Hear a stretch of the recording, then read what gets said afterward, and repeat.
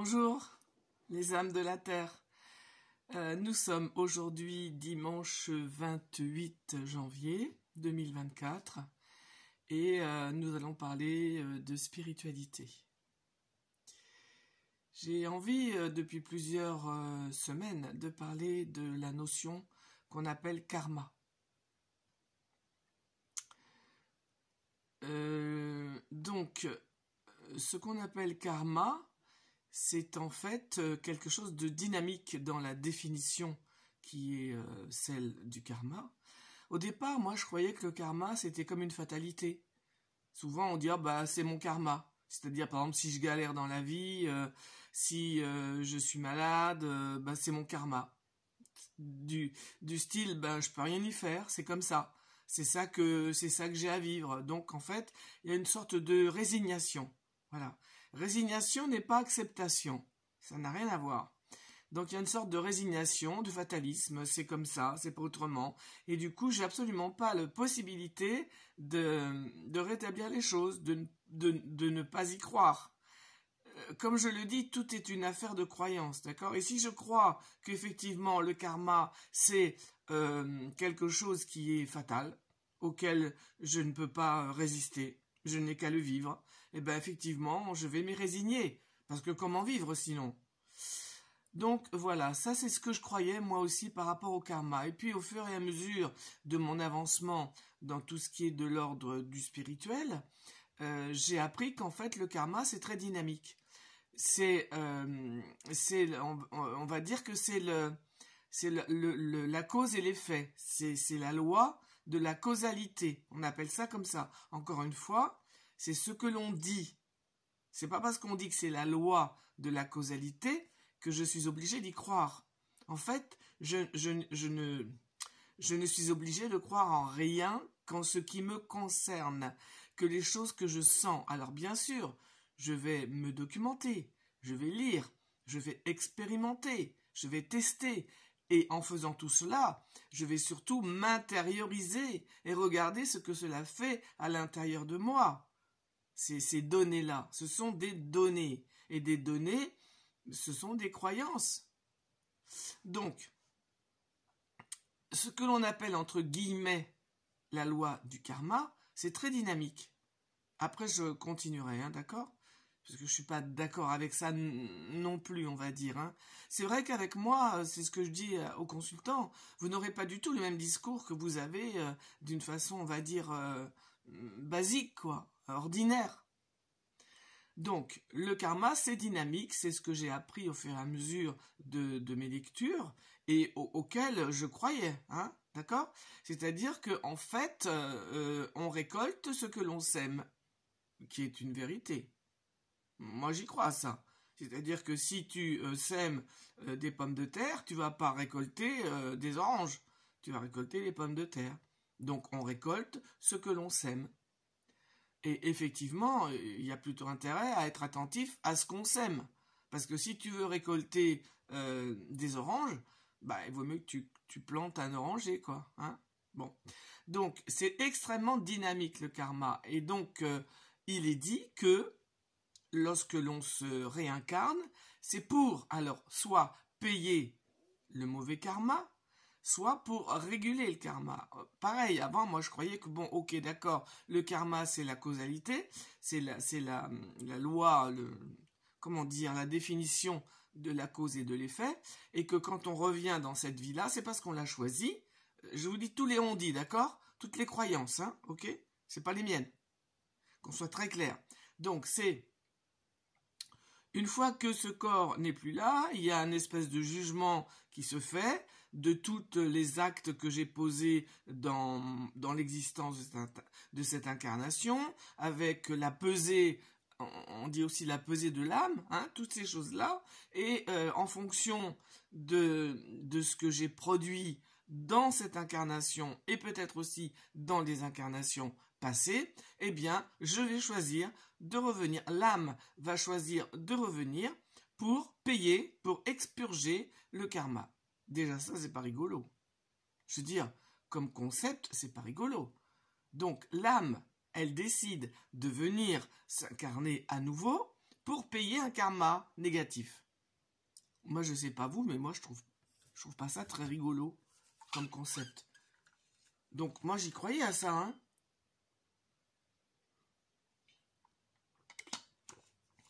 Je croyais à ça. Et d'ailleurs, quand j'ai fait les diverses anamnèses, dont je vous parlerai, dont je vous parle un peu déjà, les vies qui ont été revécues par Linda, les vies passées, ce que j'avais, ce que j'ai revécu en anamnèse, c'était pas rigolo, hein, je peux vous dire. Hein. Et effectivement, il y a eu dans les vies passées de cette âme qui s'est incarnée là. Ah ouais, si on croit au karma, je peux vous dire que ouais, il y a eu des trucs très lourds, très très très lourds, qui effectivement avaient à être vus. C'est vrai. Ok. Donc ça, c'est, on va dire, une loi cosmique. On peut l'appeler comme ça.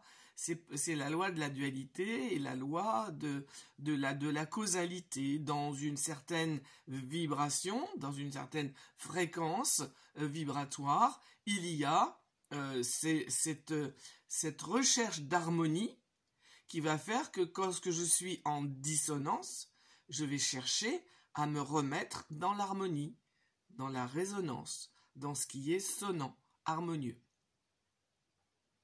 Voilà. Donc, oui, c'est la causalité. Alors peut-être que l'on revient, que l'on choisit pas. Moi, je suis pas d'accord avec ça, mais je reviendrai là-dessus. C'est pas le thème essentiel de cette vidéo. Le thème essentiel de cette vidéo, c'est par rapport donc à cette notion de karma.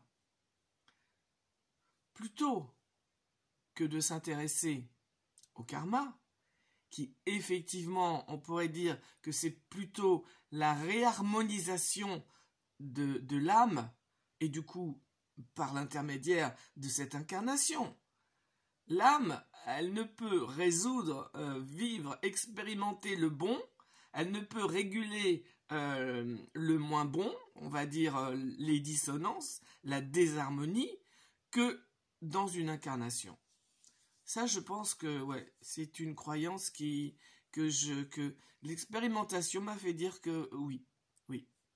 Donc, si on prend cette notion de karma, de disharmonie, donc ça voudrait dire que l'âme qui s'est incarnée ici, dans un corps, elle cherche à réharmoniser, on va dire à se réharmoniser, on va dire ça comme ça, hein. Vous savez bien que les mots, dans tout ce qui est spirituel, c'est important d'aller au-delà du mot pour sentir à travers le mot ce que le sens nous résonne en nous. On n'est plus du tout dans la même acception des mots lorsqu'on est dans la spiritualité. On est obligé de passer par des mots parce que c'est comme ça que l'on parle, que l'on met en commun, mais dans ce domaine-là, ce qui est le domaine de l'éthéré et de quelque chose qui est vaporeux, qui n'est pas matériel, au niveau de l'expérience, eh bien, on ne peut pas faire autrement. Mais il s'agit d'aller au-delà du mot pour sentir le sens. Donc, l'âme qui est là, qui s'intègre dans un corps, qui prend un corps, elle veut... un de ses buts, on va dire, c'est d'harmoniser ses fréquences, puisque tout est fréquence. Et lorsque l'âme vibre à des fréquences harmonieuses, j'allais dire harmoniques, vous savez, quand vous tapez sur un piano do, mi, sol, vous avez 2 tierces, do, mi, sol. Et lorsque vous les plaquez, ces 3 notes, elles forment une harmonie. Et elles forment une harmonique. C'est-à-dire que déjà les 3 notes se mélangent et c'est joli. Mais si vous tapez un do, ré, sol, vous verrez, aïe, ça fait mal aux oreilles. C'est pas harmonieux. Donc do, mi, sol, c'est harmonieux. Donc c'est une harmonie. Mais en plus, il y a ce qu'on appelle l'harmonique. C'est-à-dire que en tapant, en plaquant do, mi, sol, alors au piano ou dans un instrument où c'est possible d'avoir les 3 notes, do, mi, sol, j'entends ensuite toutes les vibrations de ces 3 notes ensemble. Et c'est ça l'harmonie. Donc, en ce qui me concerne,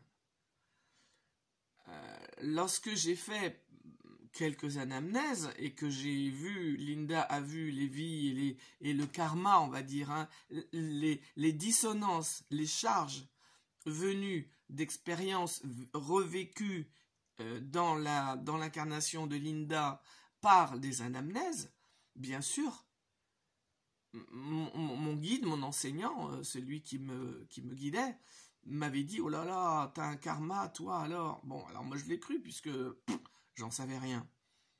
Et ça m'a d'autant plus alourdi. Mais c'était intéressant qu'il me dise ça. Parce que ça m'a alerté. Et donc, je me suis dit, ok, il y a certainement du karma, j'en sais rien, oui. À l'époque, je ne sais même pas si... Je ne savais pas trop ce que c'était vraiment le karma. Hein. Je pensais que c'était la fatalité.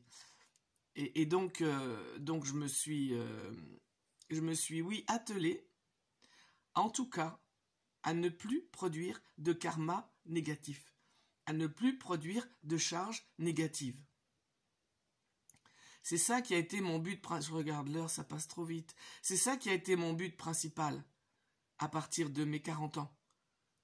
Faire en sorte d'être consciente, d'être vigilante, pour entendre, pour sentir, pour voir, lorsque je créais des choses qui amenaient, pour moi, pour Linda, pour l'âme, du karma négatif. Et donc, j'ai essayé de faire ça, c'est déjà pas mal. Mais effectivement, sincèrement, sans la méthode ESPER, en ce qui me concerne, je sais qu'il y a d'autres méthodes. Moi, je peux parler que de ce que je connais, d'accord? Donc, en ce qui me concerne, heureusement qu'il y a eu la méthode ESPER. Parce que, vous voyez, si on parle, par exemple, de l'acceptation de ce qui est, mais moi, je ne pouvais pas accepter que quelqu'un me dise une vacherie en disant « Ouais, ben, c'est comme ça, c'est pas de sa faute, moi, je vais accepter. Puis, du coup, qui est touché, puisqu'il n'y a personne ici. » Tout ça, c'est bien gentil, d'accord? Mais ça ne fonctionne pas. En tout cas, pour moi, ça ne fonctionnait pas.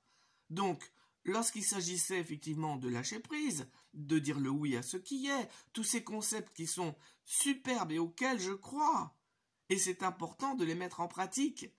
Mais lorsque je ne peux pas les mettre en pratique, lorsqu'il y a en moi quelque chose qui empêche ça, je vais accepter l'empêcheur pour le regarder, pour l'aimer. Et c'est lui que je vais accueillir. Et c'est avec lui que je vais œuvrer. Et c'est avec lui, à travers lui, par rapport à ce que je vais faire de ça, que je vais harmoniser. Vous comprenez? J'ai eu plusieurs fois des personnes dans mon cabinet qui m'ont dit « Oh ben moi ça va, mon père, je vais pardonner, ma mère, ma tante, mon oncle, mon frère, qui vous voulez, le patron, j'ai pardonné. » C'était difficile pour moi de pouvoir dire « Ben non, pas forcément. » Parce qu'on pardonne pas avec la tête, d'accord? On pardonne pas avec la tête, on pardonne pas avec le corps. Le pardon, lorsqu'il est là, on le sent. Il n'y a plus rien. À la limite, qu'est-ce qu'il y a à pardonner? Il n'y a pas à pardonner. Il n'y a plus rien qui est là. Et donc, si vous voulez, c'est vraiment important d'être vrai avec soi-même, d'être authentique avec soi-même et de s'accorder toutes les possibilités de tomber, de faire des erreurs, même dans cette vie-là, de produire, on va dire, quelque chose de dissonant, de négatif, qui fait mal. L'important, c'est quoi? L'important, c'est l'intention. Si je n'ai pas l'intention de faire mal, de faire du mal, c'est ce que je dis moi, si je n'ai pas l'intention de faire du mal et que je fais mal à quelqu'un, je vais regarder d'où ça part. Et en fait, le pardon, si on parle du pardon, il n'est pas par rapport à l'autre en vérité, il est par rapport à moi. Je vais dépasser, mais tant pis, je dépasserai maintenant, hein, on verra. Donc, encore une fois, je vais vous parler d'une expérience personnelle. Non pas de façon égoïste, mais je ne peux parler que d'expériences réelles et concrètes. À un moment donné, j'ai fréquenté un homme que j'ai beaucoup aimé. Et cet homme-là avait une maman, donc j'avais un certain âge, la maman avait un âge certain, et elle était extrêmement méchante avec moi. Elle était très possessive avec son fils qui avait aussi un certain âge, une soixantaine d'années, mais c'était son fils, c'était son petit, il était veuf, et elle ne supportait pas que je sois dans la vie de cet homme. Et j'ai vécu avec lui, non pas ensemble, mais avec lui, pendant 4 ans et demi. Et pendant cette durée-là, moi j'allais voir cette femme, et j'étais avec elle, bah oui, bienveillante, respectueuse. Elle était avec moi odieuse, vraiment odieuse. En me disant, t'es une pute, tu prends l'argent de mon fils. Enfin, elle avait des problèmes, elle était un peu sénile, elle avait des problèmes. Hein. Donc, à un moment donné, je n'ai plus accepté qu'elle me parle comme ça, et j'ai décidé de ne plus la voir. Alors elle m'a téléphoné pour me demander pardon, et 2 fois, je suis revenue vers elle, parce que je voyais bien que c'était beaucoup maladif. Mais au bout de la 2e fois, je lui ai dit non, je ne reviens plus vers vous. Non, j'ai décidé, non, c'est pas vrai, je vous en veux d'être comme ça. Et j'ai décidé de ne plus revenir vers vous. Et je ne l'ai plus revue. Quelques temps après, quelques mois après, ben, elle est décédée. Elle est décédée. Je ne suis pas allée à son enterrement. Et voilà. Bon. Plusieurs mois ont passé et j'avais déjà quitté cet homme.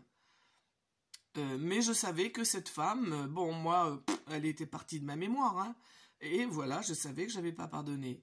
Il y avait aussi des voisins à qui je ne pardonnais pas leur attitude envers moi, qui était odieuse aussi. Mais ça, c'est autre chose, et je ne pardonnais pas. Et je leur avais dit aux voisins, je leur avais dit, je ne vous dirai pas bonjour, je ne vous parlerai pas, parce que je ne vous pardonne pas l'attitude que vous avez avec moi. Ma vie ne vous regarde pas. Si j'ai quitté mon 2e mari que vous aimiez beaucoup apparemment, ça n'était pas votre problème. Vous pouvez ne pas m'aimer, mais vous avez à être poli avec moi comme je le suis avec vous. Donc je ne vous pardonne pas et je ne vous dirai pas bonjour. Et pendant des années, je sentais que non, je ne pardonnais pas. Et je ne vois pas pourquoi je me serais forcée à me faire croire que je pardonnais. Non. Donc je reviens à cette femme. Mais même eux, ça a été intéressant. Plusieurs mois après, je pense, plusieurs mois après, on va dire, je ne sais pas combien, parce que je pensais plus à elle, je pensais plus à lui, enfin, ou alors inconsciemment, mais non. Donc je suis dans ma salle de bain, je me coiffe, et j'entends « Pardonne-moi ». Et je me dis « Mais qui c'est qui me parle là ?» Je voyais bien que c'est pas moi. Et je continue à me coiffer en me coiffant, quoi, en me disant « Ouais, je sais pas ce que c'est ce truc-là, vous savez. » Après, on a l'habitude de sentir lorsque ça nous parle et lorsque c'est nous qui nous parlons. C'est pas du tout la même chose. Donc là, ça me parlait. Et ça me dit « Pardonne-moi, pas pour moi, pour toi. » Alors là, ça m'a d'autant plus surpris parce que moi, je n'avais pas du tout la notion que lorsqu'on pardonne, c'est pour soi. Moi, pour moi, pardonner, c'était pour l'autre. On faisait une bonne action de pardonner à l'autre. Eh bien non. Ça m'a dit, si je viens te le dire, c'est pour toi. Si tu me pardonnes, c'est pas pour moi, c'est pour toi. Là, ça m'a interpellé, ça. Et immédiatement, je me revois encore dans cette salle de bain, en train de brosser, de coiffer mes cheveux, et immédiatement, une bouffée d'amour. Et je fais attention parce que ça va monter. Une bouffée d'amour est venue à l'intérieur de moi en me disant « Cette femme avec laquelle j'ai été désagréable, moi aussi, elle vient là, de où elle est, me dire « Je viens te dire, pour toi, pardonne-moi, pas pour moi où je suis, mais pour toi. C'est important que tu me pardonnes. » Et à partir du moment où j'ai conscientisé ça, mais dans l'instantanéité du moment, une vague d'amour m'a submergé pour cette femme. Et là, c'était même pas du pardon, c'était plus rien. Il n'y avait pas de conceptualisation, bah oui, du coup, puisqu'elle est venue me dire ça, nanani nanana, et ben non, il n'y avait rien. C'est-à-dire, à partir du moment où j'ai entendu, si tu me pardonnes, si je viens te le dire, c'est pas pour moi, c'est pour toi. À partir du moment où elle m'a dit ça, pour moi, c'était de l'amour pur, quoi. Et là, il y a une vague d'amour est montée en moi, et bah, il y avait de l'amour. Il n'y avait même pas du pardon. Il y avait l'amour. Et donc, cette personne-là, là où elle était, eh bien, elle m'a appris énormément à ce moment-là. Et c'est vrai que, à partir de ce moment-là, j'ai senti que les voisins en question, bah, il n'y avait plus rien. C'est étonnant, il n'y avait plus rien. Je leur en ai voulu pendant des mois et des mois quand je les voyais changer de trottoir. C'était des voisins, hein. La maison était limitrophe, enfin, elle était mitoyenne, je veux dire. Hein. Donc, ils me voyaient tout le temps, ils étaient méchants avec moi. Ils me disaient des choses pas gentilles. Et moi, je répondais pas puisque j'avais décidé de les ignorer. Mais j'avais mal. Et à partir de ce moment-là, je n'ai plus rien eu à l'intérieur de moi pour les voisins. Et donc, un matin, j'ai quand même attendu pour sentir si vraiment il n'y avait plus rien. Et il n'y avait plus rien. Il n'y avait plus rien. J'ai pas eu besoin de faire un acte, de restituer. Non, c'est vrai, j'ai pas eu besoin. Mais c'était vrai. C'était un ressenti vrai. Et donc, un matin, quand lui, je pense qu'il se reconnaîtra, hein, s'il entend par hasard cette vidéo, c'était pas trop leur style, hein, toutes ces choses-là. Mais bon, on sait jamais. Eh bien, un matin, il est dans la cour, voilà, et je vais vers lui, et je lui dis, maintenant, voyez, je peux vous dire bonjour. Et je vous le dis avec tout mon cœur. Parce que, voyez-vous, maintenant, ben, j'ai plus rien contre vous. Si on peut parler de pardon, ben, on peut dire que je vous ai pardonné, mais j'ai plus rien contre vous. Eh ben, moi, c'est pas pareil, hein. Mais moi, il allait pas changer pour autant. Je dis, non, mais vous êtes avec ce que vous avez en vous. C'est pas un problème pour moi. Seulement, je tenais à vous dire que je n'ai plus de rancœur par rapport à vous, que maintenant, ben, je pourrais vous dire bonjour. Et c'est tout ce que j'ai dit. Voilà. Donc, ce témoignage que je vous amène là, c'est par rapport à tout ce qu'on appelle le karma, à toutes ces choses qui nous alourdissent, à toutes ces choses qui sont fausses. Quand on dit voilà, tu remets ça à la source et puis c'est plus là. Je sais pas, c'est peut-être aussi facile que ça. Moi, je n'ai pas du tout cette certitude. J'ai eu beaucoup de chance. J'ai eu cette grâce que cette personne, que cette âme, je ne sais pas comment la nommer, est tenue à travers les ondes, à travers les vibrations, à m'envoyer ce message. Et je trouve que c'est tellement un message d'amour absolu, que ça ne peut être que de l'amour qui y réponde. Parce qu'en vérité, tout est amour. Voilà. Et donc, voilà, ça c'est par rapport au pardon. Alors aujourd'hui, c'est vrai, dans ma vie, je suis attentive, grâce aussi à la méthode ESPER. C'est pourquoi dans ma vidéo de mercredi, je parlais de l'importance d'apprendre à communiquer. Parce que voyez-vous, en fait, ce qui fait le plus mal à l'être humain, c'est pas tant le mal qu'on nous fait, c'est pas tant le mal que l'on se fait à soi-même. Ce qui fait le plus mal, c'est le mal qu'on fait à l'autre. Celui-là, il est horrible pour nous. Lorsqu'on fait une prise de conscience de ces trois mal-là, le mal que l'on se fait à soi-même, le mal qu'on nous a fait et le mal qu'on fait à l'autre, je l'ai dit consciemment dans l'ordre du ressenti que l'on en a. Le mal que les autres nous font, c'est le premier qu'on va voir, qui va amener beaucoup de colère. Et il est normal qu'on éprouve ça. Et il est normal que tant qu'on l'éprouve, eh ben on l'éprouve. C'est tout. Ensuite, il va y avoir d'une façon plus forte en ressenti le mal que l'on s'est fait. Ça, c'est très lourd. Je peux vous dire que ça, c'est très très lourd. Et ensuite, au niveau gravité, lourdeur du ressenti, c'est le mal que l'on fait aux autres. Et ça rejoint la vidéo de mercredi quand je disais que lorsqu'on rend et lorsqu'on restitue et lorsque l'on reprend une violence d'un geste, d'un mot, de quelque chose qui est très léger, eh bien en fait, on se fait un grand cadeau à soi-même. Parce que en reprenant le mal que l'on a fait à l'autre, on nettoie non seulement la relation, mais aussi l'âme qui est là. On l'harmonise. Et c'est vrai qu'après, étant donné que l'on a ressenti la lourdeur de ce poids du mal qu'on fait quand on fait du mal à l'autre, c'est une certitude au niveau relationnel, communication. On est très très vigilant à ne pas faire du mal à l'autre. Parce que quand on fait du mal à l'autre, en vérité, on se fait du mal à soi. Voilà, ben je sais pas, j'ai pas mes lunettes, je vois pas l'heure qu'il est, mais voilà, c'est comme ça, je dépasserai quand je dépasserai 26 minutes. Bien. Je vais laisser retomber cette énergie que j'ai, cette énergie de l'italienne, voyez. Il y a aussi le tempérament. Moi, je suis pas quelqu'un qui va vous faire croire que parce que j'ai atteint un état d'être calme, serein, je vais pas vous faire croire en parlant comme ça, lentement, calmement.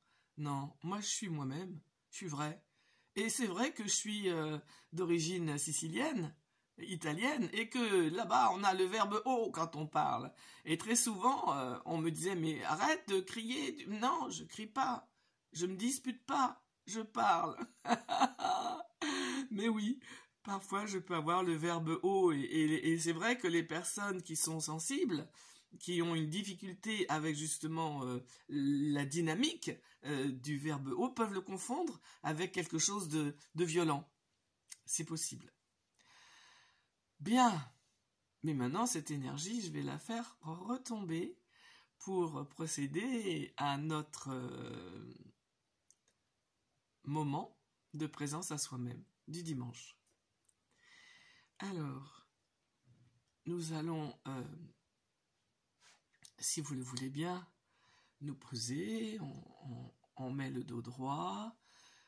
En fait, il s'agit de stabiliser le corps, parce que lorsqu'on va fermer les yeux et atteindre des ondes plus profondes, et il s'agit de rester éveillé, de ne pas s'endormir, eh bien oui, c'est en maintenant le tuteur qui est la colonne vertébrale droite, et en maintenant les épaules baissées, les mains sur les cuisses, les pieds bien ancrés dans le sol, ça nous permet, comme un arbre, d'être bien ancré. Et ça va permettre de pouvoir s'intérioriser en fermant les yeux. Voilà, en se sentant bien ancré, en cherchant d'abord la position la meilleure qui va faire que cette position-là, je vais ne plus y penser pour tout relâcher. Mais il y a ce tuteur qui est là. Et j'ajuste mon corps, ma tête. Ça peut aller très vite. Je vois que mes pieds sont pas en parallèle. C'est pas bon. Voilà. Ah, là, c'est pas mal. Là, je peux tout lâcher. Personnellement, ce que je relâche en premier, c'est le front. De relâcher le front, ça fait tout relâcher chez moi, dans mon corps. De relâcher le front fait relâcher les épaules, fait relâcher la poitrine.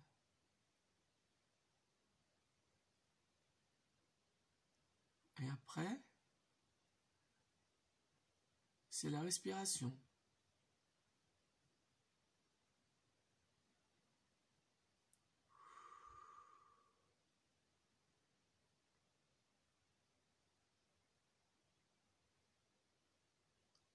Je relâche un peu le dos, il était cambré et c'était tendu, c'était crispé. Vous voyez, d'abord, avec la respiration, j'ai le regard intérieur qui me permet de constater ce qui n'est pas relâché et comment faire pour le relâcher.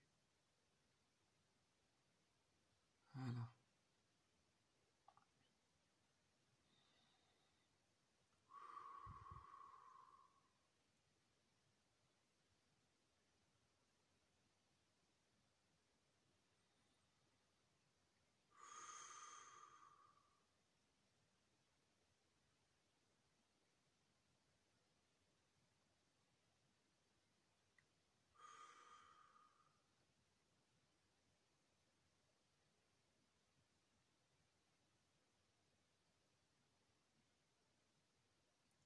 Je ne vais pas parler pendant cette présence à soi-même, juste vous inviter à poser la conscience sur la respiration. Ça respire. Sentir que ce n'est pas moi qui respire, ça respire.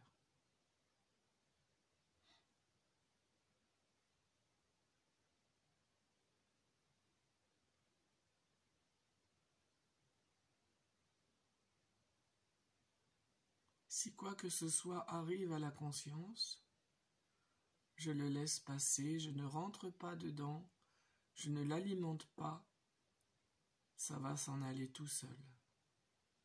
Simplement, je reviens à la respiration.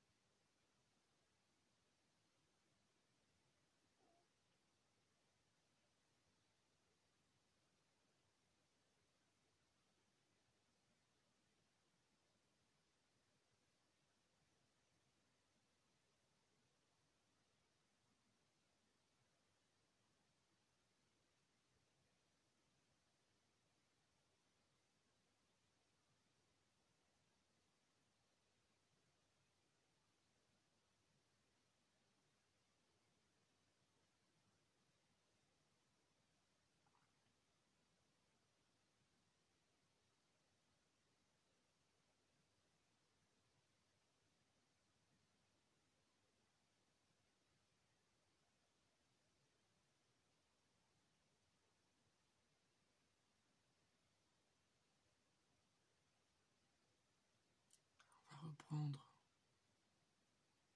vie dans ce corps.